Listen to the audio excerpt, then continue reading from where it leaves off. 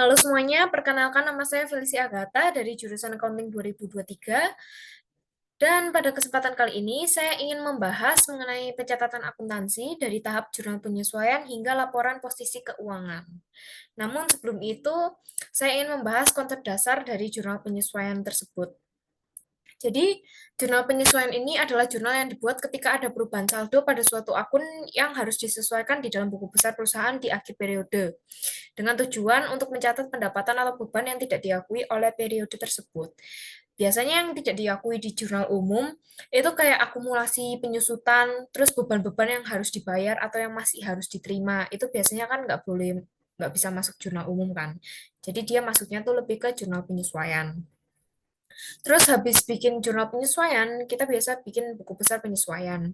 Nah, buku besar ini konsepnya masih sama kayak buku besar umum, cuman dia buku besar kan menggolongkan akun perkiraan yang sama biar akuntan tuh mudah melakukan identifikasi akun-akun. Cuman bedanya kalau buku besar setelah penyesuaian itu dia data-data yang disesuaikan itu didapatkan dari jurnal umum dan dari jurnal penyesuaian. Terus neraca saldo setelah penyesuaian itu juga sama, masih sama kayak neraca saldo pada umumnya konsepnya, yaitu laporan akuntansi yang mencantumkan saldo akhir di setiap akun buku besar. Cuman bedanya yaitu tadi kita masuk dari neraca saldo jurnal umum ditambah dengan jurnal penyesuaian. Lalu masuk ke dalam laporan laba rugi. Kalau laporan laba rugi itu dia merupakan laporan yang menyajikan informasi pengeluaran, pendapatan serta laba atau rugi yang dihasilkan suatu perusahaan dalam periode tertentu. Nah, biasanya kalau laporan laba rugi ini, dia mencatatnya pendapatan dan beban. Jadi, ntar pendapatannya di total berapa, bebannya di total berapa, terus ntar pendapatan dikurangi beban, ntar dikasih lihat saldo laba rugi tersebut. Terus setelah itu ada laporan laba ditahan atau laporan saldo laba. Nah, laba ditahan ini menggambarkan total akumulasi laba bersih yang tidak dibagikan kepada pemegang saham dalam suatu periode tertentu. Jadi laporan laba ditahan ini biasanya datanya dari laporan laba rugi yang dikurangi dividen. Jadi ntar hasilnya benar-benar laba bersih yang kita dapat. Kalau misalkan nggak ada dividen bisa diganti dengan prive karena itu sifatnya sama, mengurangi laba rugi. Terus ada laporan arus kas. Kalau laporan arus kas ini laporan yang berisi pendapatan dan pengeluaran yang terjadi. Dan di sebuah laporan arus kas itu disajikan informasi berupa pendapatan tunai, jumlah kas yang diterima, beban prive penyembayaran utang, dan sebagainya. Cuman laporan arus kas ini dia nggak wajib sifatnya. Cuman nanti juga tetap akan saya tunjukkan. Terus yang terakhir ada laporan posisi keuangan. Nah, laporan posisi keuangan ini laporan yang mencatat tentang aset, liabilitas, dan ekuitas perusahaan di suatu periode tertentu, biar memudahkan analisis memprediksi arus kas di masa yang akan mendatang. Jadi ntar di laporan posisi keuangan ini, total aset itu bakal ditotalkan semua, dan dia tuh harus balance atau seimbang dengan liabilitas dan ekuitasnya. Jadi ntar liabilitas dan ekuitasnya ditambah, nanti hasilnya harus sama-sama asetnya. Jadi ntar kalau misalkan ada ketambahan konsep-konsep, saya akan jelasin sambil kita masuk ke dalam contoh soal. Jadi kita masuk ke dalam contoh soal aja ya.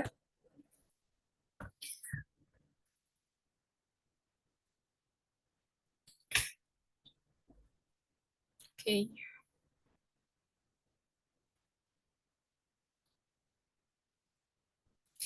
Ini ada contoh soal, eh bentar, kayaknya belum share screen ya.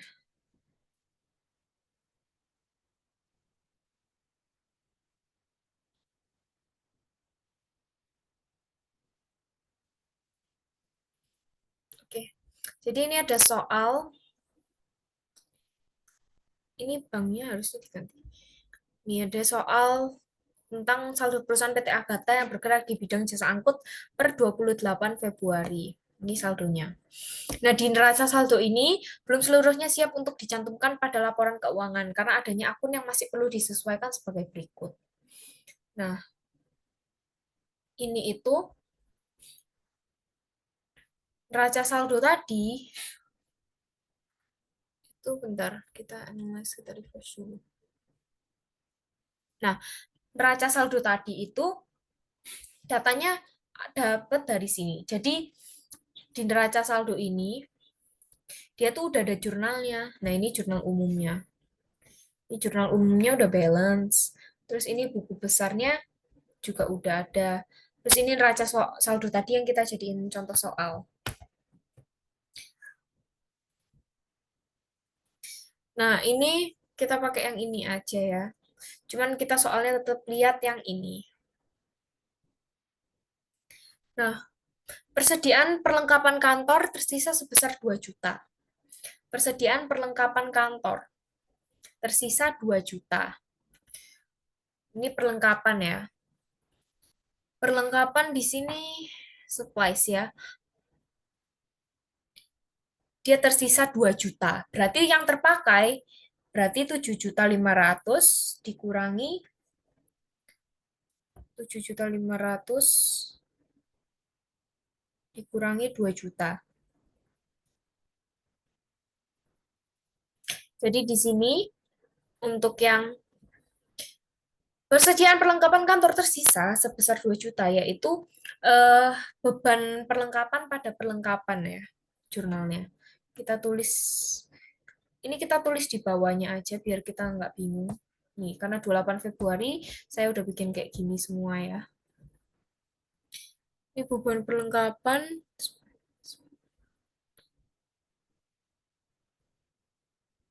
ada perlengkapan.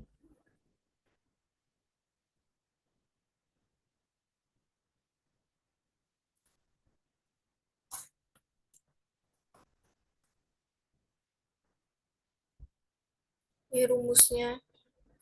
Ini masih dengan rumus yang sama. Kalau rumus ini pakai if error, coba juga pakai if error. Kalau ini tinggal ke data, terus data validation, terus kita pilih list aja.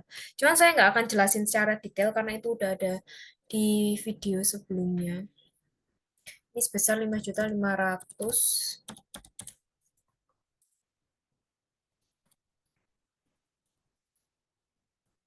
penyesuaian.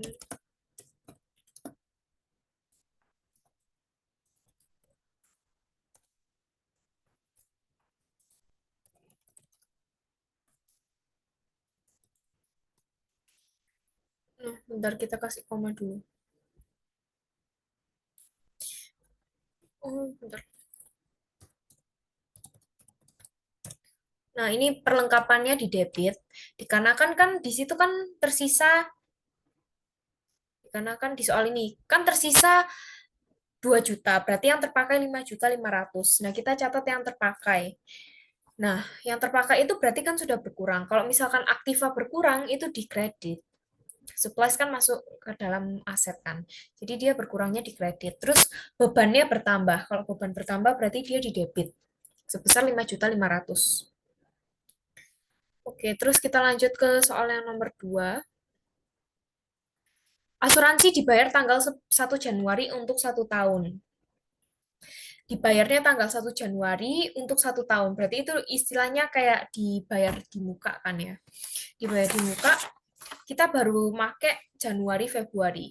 Kan ini kan jurnalnya kayak raca saldo 28 Februari. Berarti yang masih belum terpakai, ini tuh bisa dicatat sebagai dua. Bisa dicatat sebagai harta, bisa dicatat sebagai utang. Cuman saya ingin catat sebagai harta aja. Biar nggak kayak terlalu ribet gitu.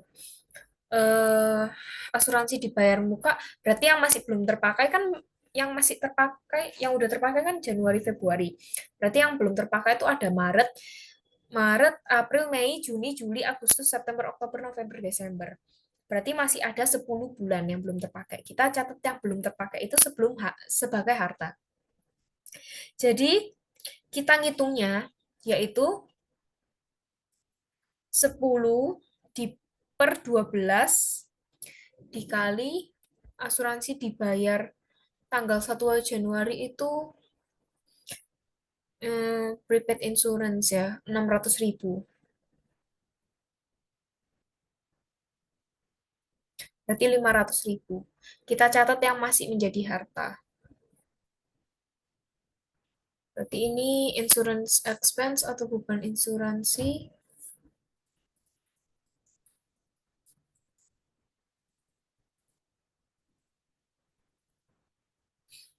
Prepaid insurance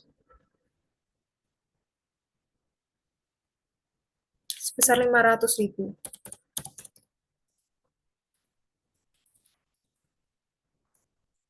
Ini tulis saja penyesuaian beban asuransi. Ya, asuransi dibayar muka. Nih, ini prepaid asuransi atau asuransi dibayar di muka itu masuk di kredit. Terus beban asuransi karena dia bertambah, dia masuknya di debit. Jadi debitnya insurance expense, kreditnya prepaid insurance. Terus kita lanjut lagi ke yang nomor 3. Peralatan disusutkan 10% dari harga perolehannya untuk 1 tahun. Berarti ini masuknya akumulasi penyusutan. Berarti penyesuaiannya yaitu beban penyusutan peralatan dan akumulasi penyusutan peralatan sebesar ini 10% dari harga perolehannya. Ini equipment ya. Berarti ngitungnya yaitu 10/12 dikali 10% baru dikali lagi sama 5 juta. Yang hasilnya agak cantik ya. Ntar kita tulis dulu beban akumulasi penyusutan. Depreciation expense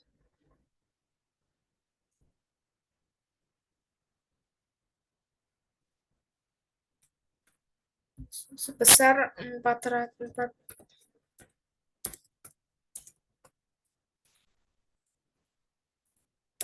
Bentar. Nah, agak nggak cantik cuman nggak apa-apa.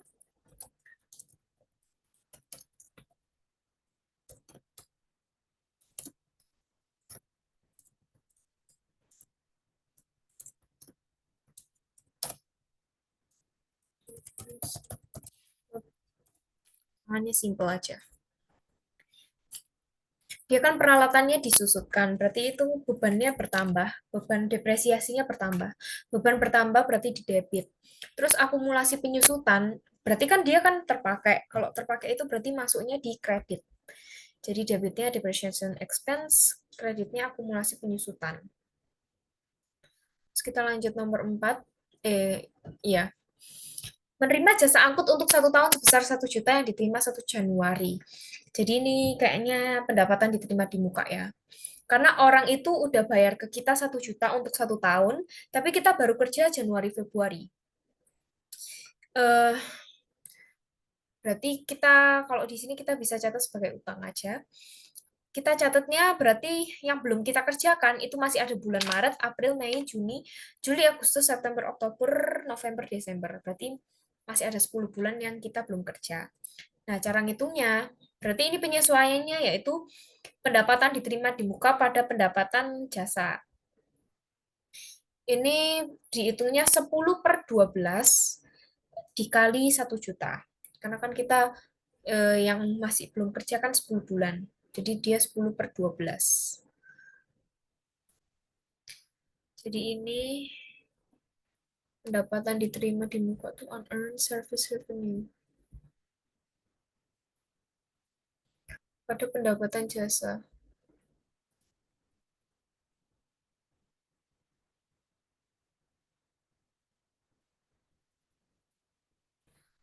Sebesar, angkanya nggak cantik lagi ya.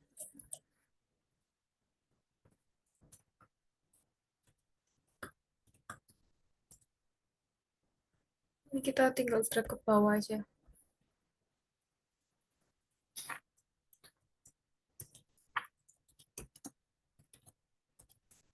DTN. Mana?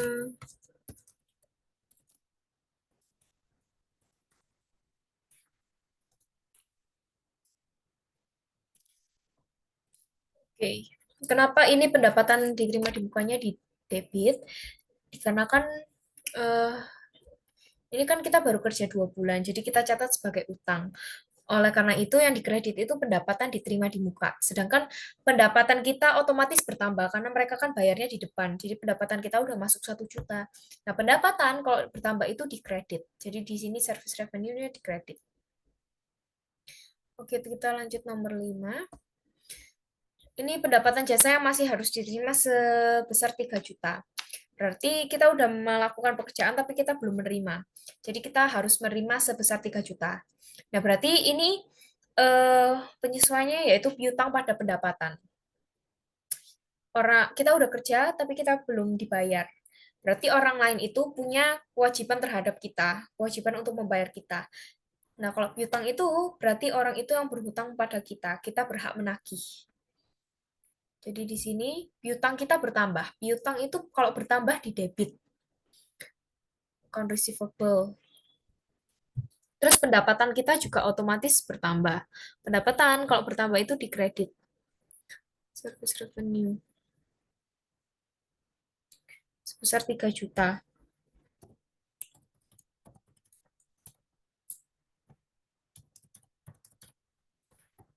Hmm,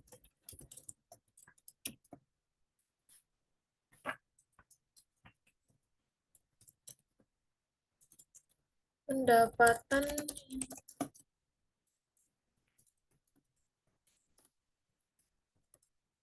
ini pendapatan gitu aja ya.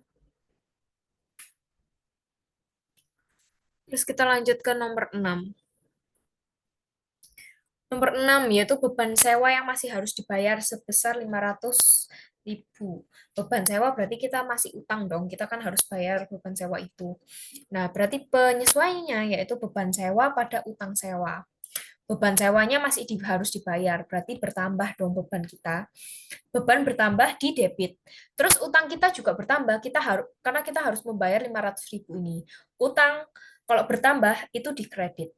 Jadi oleh karena itu penyesuaiannya yaitu beban sewa pada utang sewa. Cuman ini aku jadiin satu aja kalau misalkan utang sewa. Jadi utang usaha aja ya. Beban sewa nih rent expense,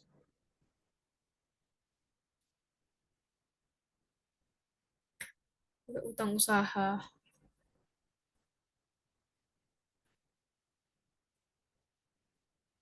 sebesar 500.000.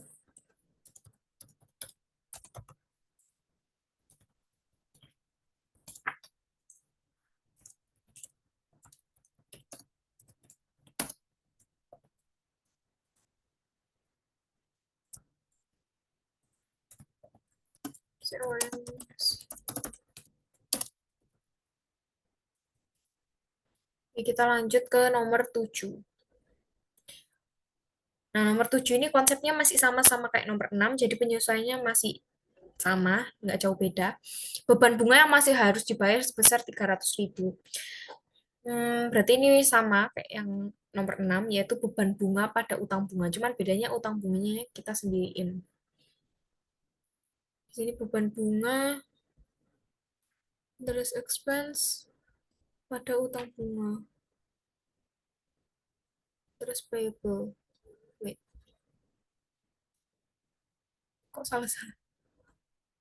Interest payable. Ini sama ya kayak yang atasnya, beban kita bertambah di debit, dan utang kita juga bertambah karena kita harus membayarkan 300.000. Bertambah di kredit. Penyesuaian.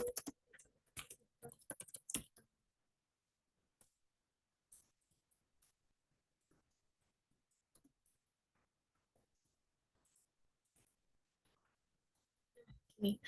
Terus kita ke soal yang terakhir. Perusahaan belum membayar upah karyawan yang terdiri dari lima orang yang masing-masing mendapatkan 100.000. Ini masing-masing mendapatkan 100.000. Berarti kalau 5 orang, berarti 5 dikali 100.000. Berarti penyesuaiannya yaitu beban gaji, utang gaji. Sebesar 500.000. Ini beban gaji, salaries and wage expense,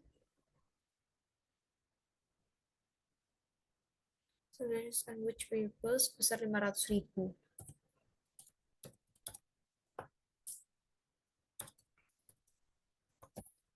Ini penyesuaian gaji. Gaji masih harus bayar.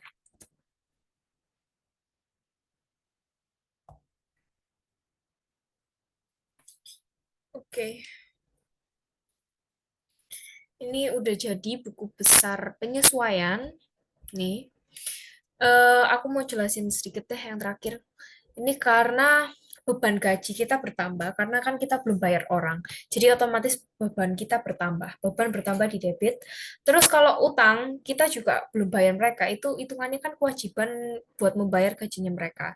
Jadi utang kita bertambah juga, utang bertambah di kredit. Jadi 678 ini soalnya serupa. Ini kita rapiin dikit aja.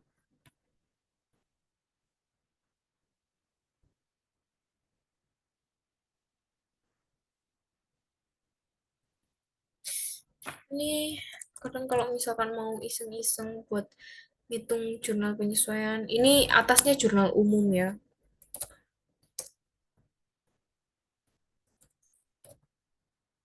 Jurnal umumnya ada balance. Jadi soal neraca saldo tadi itu jurnal umumnya didapatkan dari sini. Nah, ini aku satuin aja biar nanti kalau bikin buku besar atau neraca saldo tuh gampang. Itu balance ya.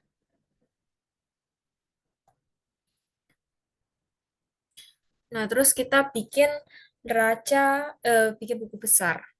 Nih, ini buku besarnya udah ada buku besar yang biasa. Tinggal kita masukin yang penyesuaian. Aku mau tunjukin cara aktivasi pivot table aja deh.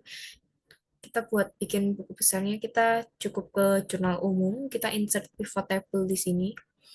New worksheet.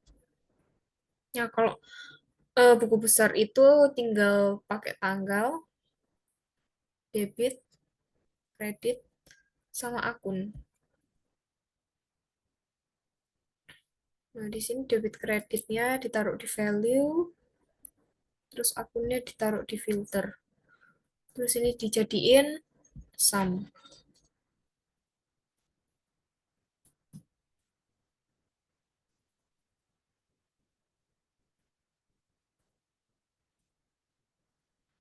Nah, terus kita ke analyze, kita field item and set, calculated field, kita masukin SO gitu ya. Karena buku besar kan kita butuh saldo akhirnya kan. Kita pakai rumus if. Jika debit lebih besar daripada kredit, maka debit dikurangi kredit. Jika tidak, maka sebaliknya.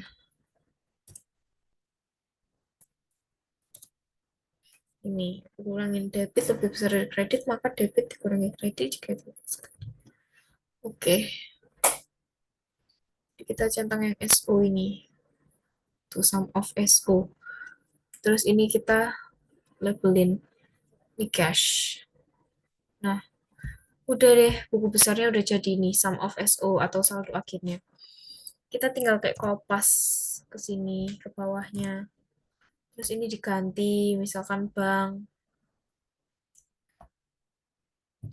Terus ini kopas lagi, ganti lagi sama account receivable gitu terus. Nah, ini aku udah bikin neraca saldo penyesuaiannya. Nih, buku besar penyesuaiannya. Nih, jadi bisa dilihat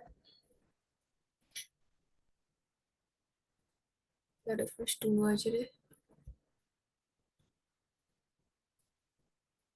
Tuh, jadi bisa dilihat kayak di sini udah ada akun kas. Bandingin sama buku besar biasa. Ini buku besar, ini soalnya sama ya, sama yang neraca saldo. Cuman ini kita lihatnya buku besarnya.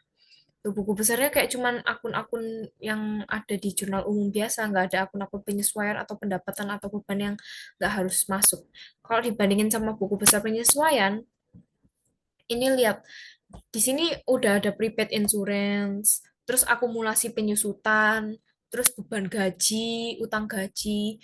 Nah, ini udah lengkap berdasarkan penyesuaiannya. Oleh karena itu dia disebut buku besar penyesuaian. Nah, habis dari ini kita bikin neraca saldo penyesuaian. Hmm, ini agak salah ya, jadi kita bikin lagi.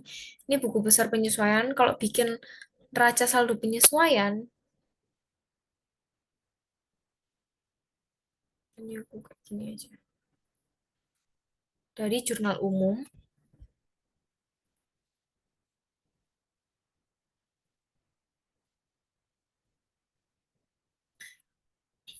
tinggal insert, ini bikin raja saldo, pivot table, new worksheet. Nah, kalau neraca saldo itu kita pilih debit kredit, terus akun.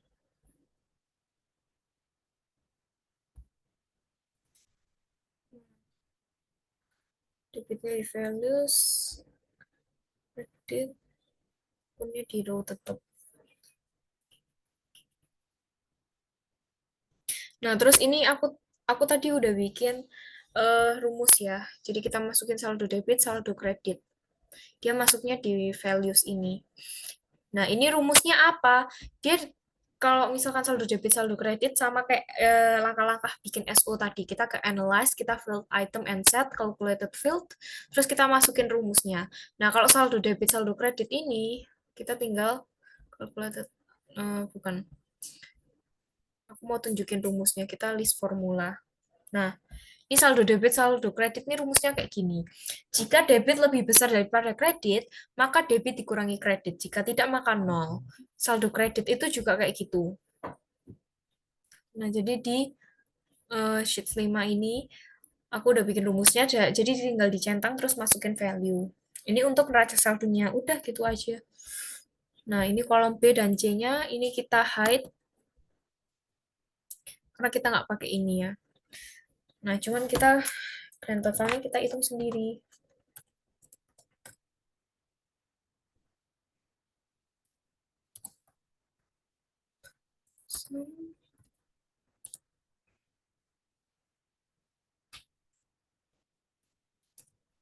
Hmm.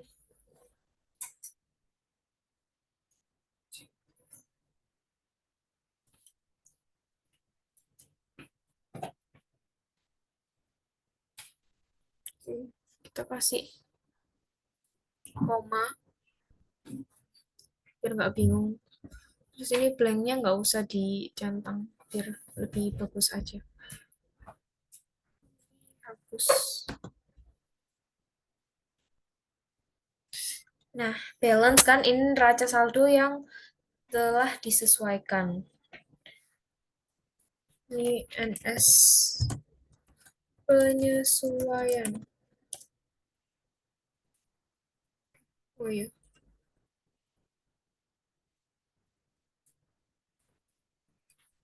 NS. Salah, kita delete aja.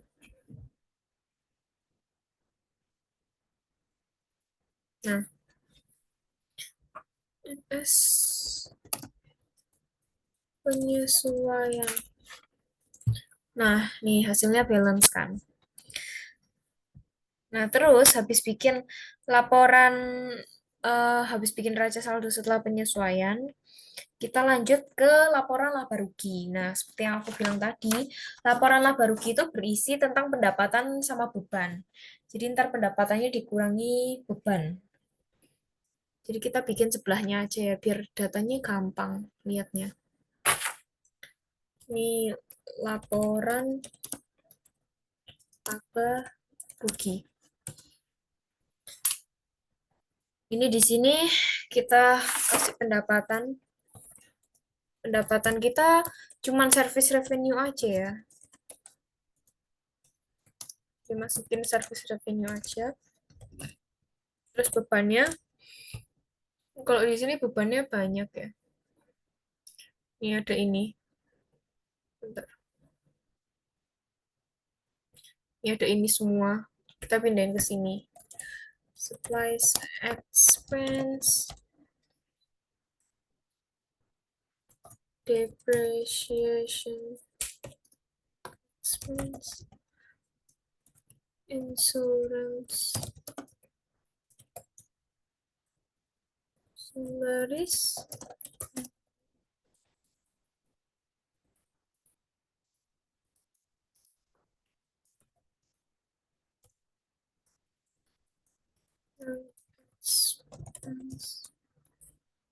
utilitas sama interest expense. Ini semua beban dikelompokin jadi satu. Terus ini ntar ada yang namanya total beban.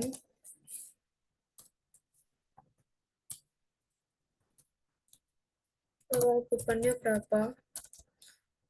Terus ntar ada total neto. Nah, format laporan laba rugi itu kayak gini.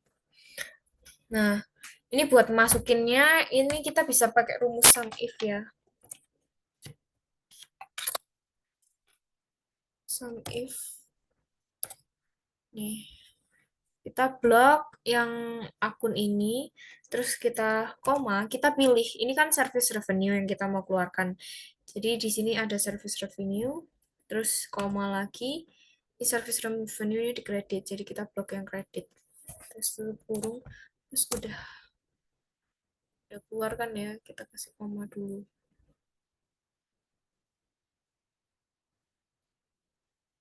Nah, cuman ini kayak aku cuman mau nunjukin aja karena ini agak lama. Jadi aku mending salin manual aja.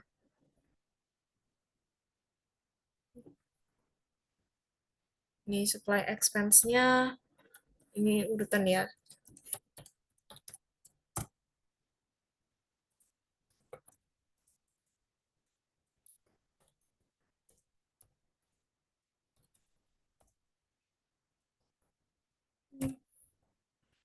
Masih suka pakai kayak gini aja sih.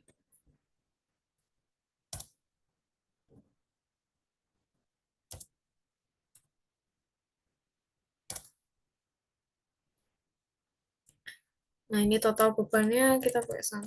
Nih, kalian bisa pakai rumus yang sum if itu ya. Cuman aku kok kayaknya terlalu lama pakainya. Tuh, 2 juta. Nah, terus total neto dari laporan laba rugi ini berasal dari pendapatan yang dikurangi beban. Nih, jadi deh laporan laba ruginya. Nah, terus kita kasih, kita percantik dikit. Bentar, outside border aja.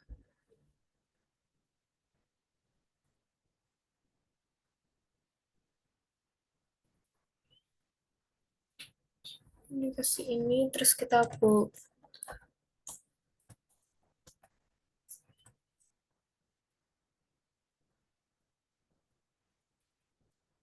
Nah, dah laporan laba ruginya jadi. Terus selanjutnya kita bikin yang laporan laba ditahan. Ini laporan laba ditahan. Atau ini laporan saldo laba, sama aja. Ini terdiri dari... Ini terdiri dari... Bentar kok kepencet ya. Dari saldo laba. Terus ini dividen. Jadi laporan laba ditahan itu dia tuh nanti total laba ditahannya itu berupa laba bersih yang sudah dikurangi dividen. Nah, berhubung kita nggak ada dividen di sini, kita pakainya prive karena dividen dan prive itu sifatnya sama. Oke, bentar ini aku mau rapiin dikit. Jadi karena di sini nggak ada dividen, kita pakainya prive. Ini tulis prive di sini. Terus ini nanti retain earning-nya di sini. Saldo labanya kita pakai yang ini. Yang total neto dari laporan laba rugi. Terus prive-nya ya kita pakai yang di neraca saldo ini.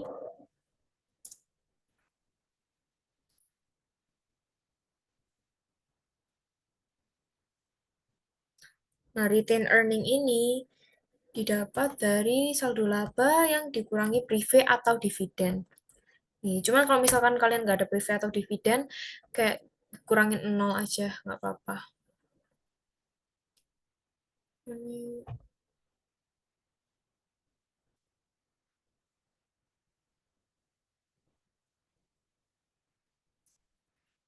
gitu. Nah, udah. Laporan laba ditahan udah jadi, terus selanjutnya kita ke Laporan arus kas.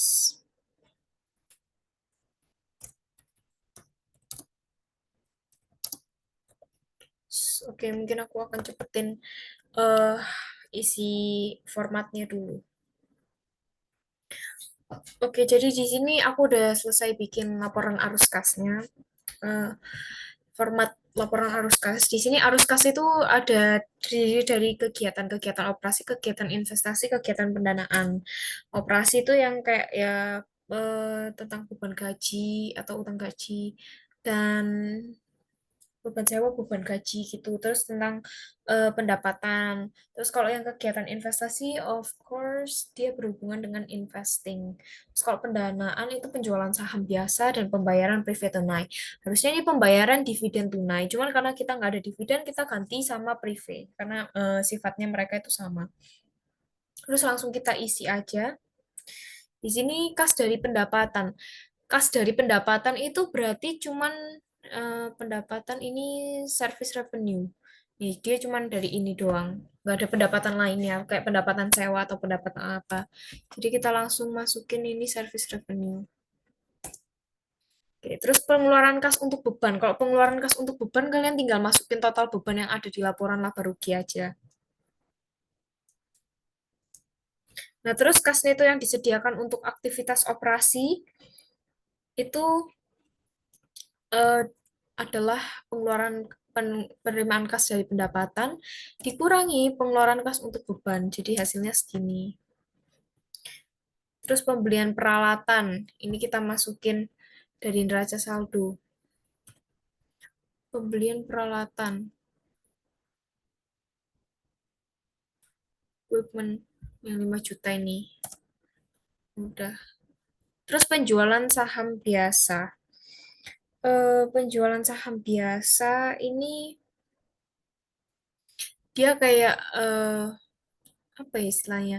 Penjualan saham biasa tuh kayak karena di sini nggak ada saham, jadi kita pakainya yang kayak share capital ordinary aja dulu. Kita pakai share capital ordinary, ini kayak cuman buat contoh aja. Karena di sini lagi nggak ada nggak ada saham.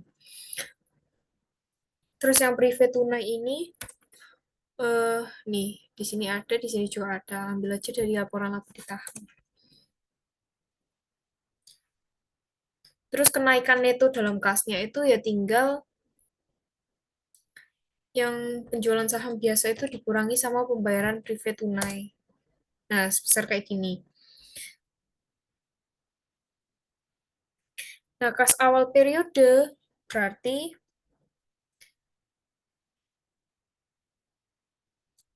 dia itu kita kasih kurung aja biar nggak bingung. Dia kenaikan itu dalam kas ditambah sama kas itu yang disediakan untuk aktivitas operasi baru dikurangi 5 juta ini. Ini hasilnya segini. Terus kas pada akhir periodenya berarti eh,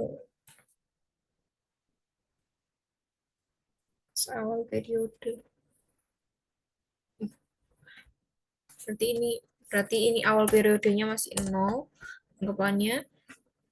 Berarti kas akhir periodenya ini ditambah aktivitas operasi baru dikurangi dengan 5 juta ini. Oke. Nah, jadi kas akhir periodenya ada segini. Ini anggapannya yang dikurangin sama privé dan aktivitas operasi itu. Nah, ini kita kasih kuning lagi. Terus yang terakhir, yaitu kita bikin laporan posisi keuangan. Kita kasih judul dulu, laporan posisi keuangan. Ini mungkin akan aku percepat dulu karena aku mau ngetik formatnya yang masuk di laporan posisi keuangan itu apa aja. Pertama kita ada aset. Oke, jadi di sini aku baru selesai aja. Oke, jadi di sini saya baru selesai aja bikin laporan posisi keuangan buat formatnya. Jadi saya pindahin yang aset mana, yang liabilitas mana, yang ekuitas mana. Terus kita langsung masukin aja. Ini agak kecilin mungkin ya.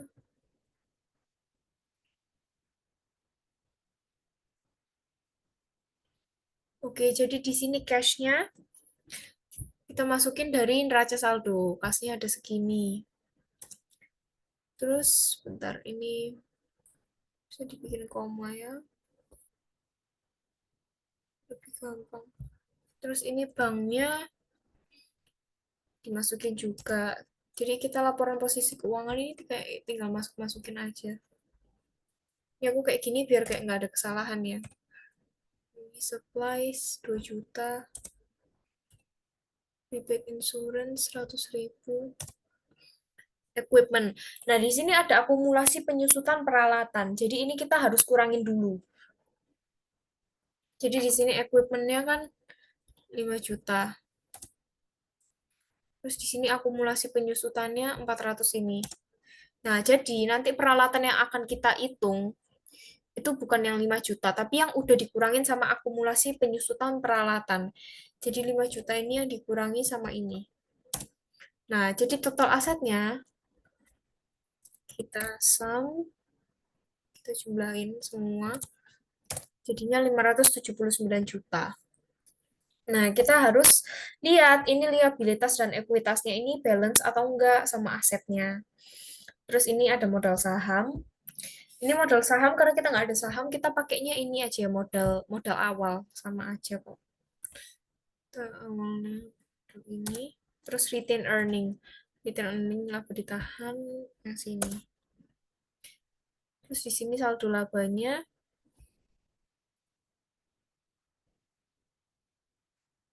itu modal saham ditambah sama retain earning. Nah, terus liabilitas. Di sini ada account payable atau utang usaha. Kita masukin 500.000. Terus interest payable 300.000. Salaries and wage payable 500.000. Unearned service revenue 31 juta. Nah, total liabilitasnya kita total